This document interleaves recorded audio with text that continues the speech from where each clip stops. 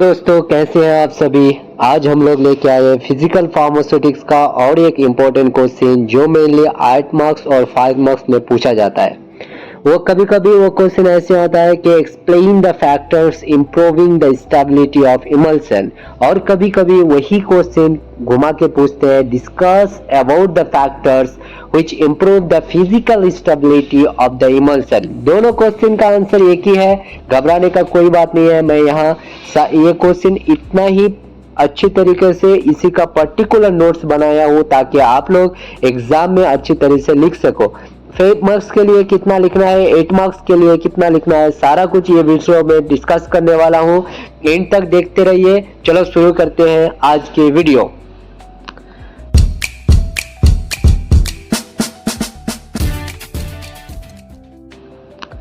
Factors which improve the physical stability of emulsion, यानी कि कौन सी ऐसी फैक्टर्स है जो हमारे इमल्सन का स्टेबिलिटी को इंप्रूव करते हैं। ठीक है, तो पहले जान लेते हैं कि स्टेबिलिटी ऑफ इमल्सन एक्चुअली होता क्या है। स्टेबिलिटी ऑफ इमल्सन यानी कि फिजिकल स्टेबिलिटी ऑफ इमल्सन एक क्या होता है, एबिलिटी होता है क्या करने के लिए, उसका यूनिफॉर्म को रिमेन यानी कि मेंटेन करने के लिए without any phase separation, creaming, cracking या फिर कोलिशन ओवर टाइम, यानी कि एक पर्टिकुलर टाइम तक एक इमल्सन में कोई भी क्रैक या क्रीमिंग फॉर्म होना या कोलिशन नहीं होना, इसी को क्या कहते हैं, ये जो एबिलिटी होते हैं इसको मेंटेन करने का, इसी को बोलते हैं उसका फिजिकल स्टेबिलिटी। ठीक है, तो ये फिजिकल स्टेबिलिटी मेनली कैसे मेंटेन होता है, ये फिजिकल स्टेबिलिटी कौन से फैक्टर्स है, ये सारे डिस्कस करेंगे। ठीक है, तो ये physically stable emulsion maintain its appearance, consistency and effectiveness during its shelf life. हर एक पर्टिकुलर या हर एक प्रोडक्ट का क्या होता है, सेल्फ लाइफ होता है। उस सेल्फ लाइफ के दौरान उसमें कोई भी कंसिस्टेंसी या उसके अपीयरेंस में कोई भी दिक्कत या उसके इफेक्टिवनेस में कोई भी दिक्कत नहीं आने के लिए वो जो उसका जो एबिलिटी रहता है उसी को बोलते हैं हम लोग उसका फिजिकल स्टेबिलिटी। ठीक है, तो अब बात करेंगे फैक्टर्स के बारे में जो मेनली क्वेश्चन है। तो the factor that are in fact, first है सूटेबल इमल्सिफाइंग एजेंट, यानी कि पर्टिकुलर सूटेबल इमल्सिफाइंग अगर हम लोग यूज करेंगे तो उससे हमारा क्या होगा, हमारे इमल्सन का जो फिजिकल स्टेबिलिटी है वो इंप्रूव होगा। तो emulsifying agent lower the interfacial tension between the well and water, यानी कि जो इमल्सिफाइंग एजेंट होता है वो क्या करते हैं, इंटरफेसियल जो टेंशन होती है किसके बीच में, वेल एंड वाटर के बीच में, उसको डिक्रीज कर देता है या लोअर कर देते हैं। इस वजह से क्या होता है, जो ड्रॉपलेट रहते हैं हमारे इमल्सन में उसके चारों ओर एक प्रोटेक्टिव फिल्म तैयार हो जाता है। इस वजह से हमारे क्या हो जाता है, फिजिकल स्टेबिलिटी जो है वो भी बढ़ जाता है। एग्जांपल के हिसाब से अगर देखें तो कुछ हमारे पास नेचुरल इमल्सिफाइंग एजेंट है, कुछ सिंथेटिक है और कुछ फाइनली डिवाइड सॉलिड्स है। ठीक है, नेचुरल में अगर देखें तो एगासिया और ट्रागंत रहेगा, सिंथेटिक में है ट्विन 80 एंड स्पान 20 और फाइनली डिवाइड सॉल्ट में बेंटोनिन जैसे प्रोडक्ट रहते हैं। ये सारे इमल्सिफाइंग एजेंट है। ठीक है, नेक्स्ट क्या काम करेंगे, अगर हम लोग रिडक्शन इन ड्रॉपलेट साइज, यानी कि ड्रॉपलेट का जो साइज होता है उसको अगर हम लोग रिड्यूस कर देंगे तो भी हमारा क्या होगा, इमल्सन का स्टेबिलिटी इंक्रीज होगा। तो smaller droplet provide more surface area and resist creaming and collision, तो जितने भी ड्रॉपलेट अगर छोटे छोटे हो तो उस वजह से हमारे क्या होता है, सरफेस एरिया ज्यादा होता है, इस वजह से क्रीमिंग और कॉलिशन का बनना या क्रीमिंग और कॉलिशन नहीं होना बनता है। ठीक है, नेक्स्ट है अचीव यूजिंग होमोलाइजर, होमोजेनाइजर एंड अल्ट्रासोनिक मिक्सर, और ये हम लोग कैसे करेंगे, यानी कि इमल्सन में स्मॉलर ड्रॉपलेट कैसे करेंगे, तो होमोलाइजर करके या फिर अल्ट्रासोनिक मिक्सचर यूज करके।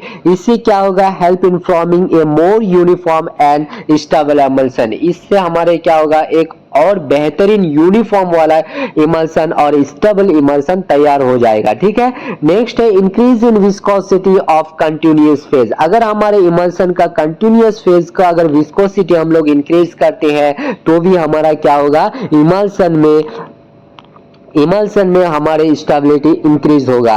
तो ये thicker external phase slows down droplet movement. तो अगर हमारे एक्सटर्नल फेज जो है वो अगर मोटा होगा तो हमारे क्या होंगे, ड्रॉपलेट का जो मूवमेंट होता है वो कम हो जाएगा। Prevent creaming, sedimentation and phase separation. तो इस वजह से क्या हो जाएगा, जो हमारे क्रीमिंग, सेडिमेंटेशन या फेज सेपरेशन हो जाता है वो रुक जाएगा।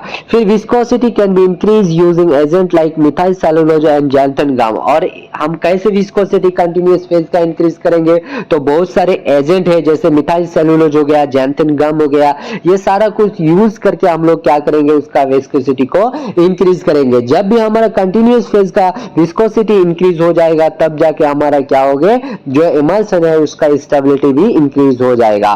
4 नंबर पे आता है प्रॉपर फेज वॉल्यूम रेशियो, यानी कि हमारा जो फेज है water phase and oil phase, उसका अगर हम लोग प्रॉपर वॉल्यूम रेशियो अगर मेंटेन करें तो भी हमारा क्या होगा, इमल्सन का जो स्टेबिलिटी है वो इंक्रीज होगा। तो overloading the internal phase lead instability, अगर हमारे इंटरनल फेज ओवरलोडिंग कर दिए तो भी हमारा क्या होगा, इंस्टेबिलिटी हो जाएगा, इस वजह से हमारे डिक्रीज होगा। तो for well in water emulsion internal phase should not exceed 74%। तो इसीलिए बोला जाता है कि जो हमारा water in well and oil in water जो इमल्सन रहते हैं उसका इंटरनल फेज 74% से ज्यादा नहीं होना चाहिए। Ideal ratio prevent collision and flocculation, जो आइडियल प्रॉपर्टीज होते हैं, सॉरी आइडियल रेशियो होता है एक इमल्सन का, तो वो हमारे क्या करते हैं, कोलिशन एंड फॉकुलेशन को रोकते हैं। अगर कोलिशन और फॉकुलेशन डिक्रीज हो गया तो हमारा क्या हो जाएगा, स्टेबिलिटी इंक्रीज हो जाएगा।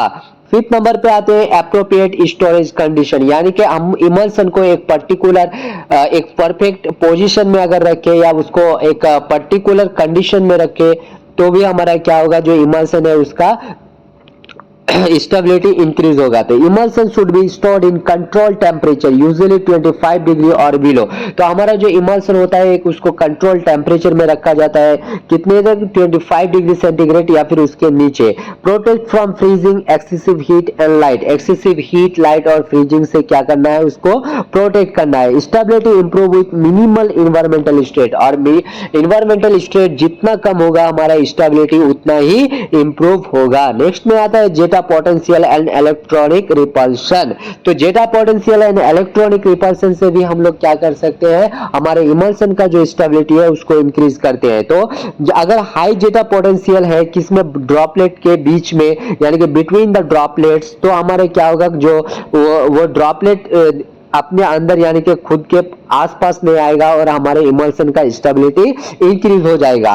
और अल्ट्रासोनिक जो रिपल्सन है वो क्या है, ड्रॉपलेट को सस्पेंड होने में रोकता है और हमारे एग्रीशन नहीं होने में मदद करता है। ठीक है, नेक्स्ट एडजस्टिंग पीएच और adding charge stabilising agent can help in the zeta potential and electronic repulsion. तो अगर हम लोग पीएच को एडजस्ट करें या फिर उसमें चार्ज स्टेबलाइजिंग एजेंट अप्लाई करें इमल्सन में तो भी हमारा क्या होगा, जो स्टेबिलिटी है वो इंक्रीज होगा। नेक्स्ट है use of antioxidant and preservative, यानी कि एंटीऑक्सीडेंट और प्रिजर्वेटिव यूज करके भी हम लोग इमल्सन जो है उसका स्टेबिलिटी को इंक्रीज कर सकते हैं। तो prevent chemical degradation of emulsion component, अगर हम लोग एंटीऑक्सीडेंट या प्रिजर्वेटिव यूज करते हैं तो हमारे जो केमिकल डिग्रेडेशन होने का चांसेस रहते हैं वो कम हो जाता है। एंटीऑक्सीडेंट जैसे BHA हो गया, BHT हो गया, टोकोफेरॉल हो गया, ये हमारे वेल ऑक्सीडेशन को रोकते हैं। ठीक है, और प्रिजर्वेटिव जैसे पैराबिन हो गया, बेंजोकोलोनियम क्लोराइड हो गया, या हमारे माइक्रोबियल ग्रोथ को रोकता है। तो इस वजह से क्या होता है, इमल्सन में डिग्रेडेशन नहीं होते। अगर जब डिग्रेडेशन नहीं होता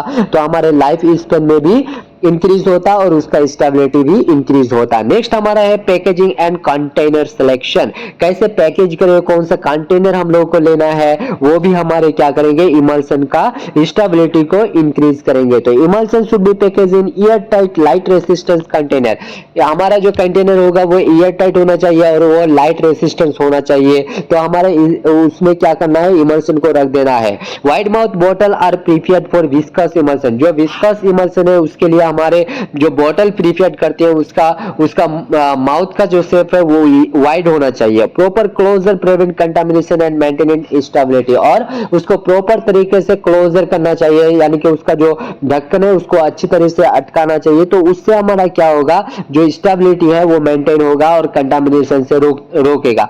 ठीक है, तो ये था हमारे आज के वीडियो 8 पॉइंट डिस्कस किया है। अगर हमारे क्वेश्चन 8 मार्क्स में पूछा जाता है तो हम लोग वो 8 जो पॉइंट्स है वो मेंशन करेंगे। अगर हम लोग को 5 पूछा है तो इस 8 में से कोई भी 5 हम लोग या 6 अगर लिख दे तो भी हमारे प्रॉपर आंसर हो जाएगा, और इस एक नंबर भी नहीं कट कर सकते। तो ये थे हमारे आज के फाइनल वीडियो। नेक्स्ट हम लोग बात करेंगे और एक टॉपिक के बारे में। आप लोगों को अगर पर्टिकुलर कोई क्वेश्चंस में आंसर चाहिए तो आप कमेंट में जरूर बताएं, मैं नेक्स्ट वीडियो में उसी क्वेश्चन को लेके आऊंगा, और इसका प्रॉपर नोट मैं डिस्क्रिप्शन बॉक्स में दे दूंगा, वहां से आप लोग डाउनलोड कर सकते हैं। Thank you so much.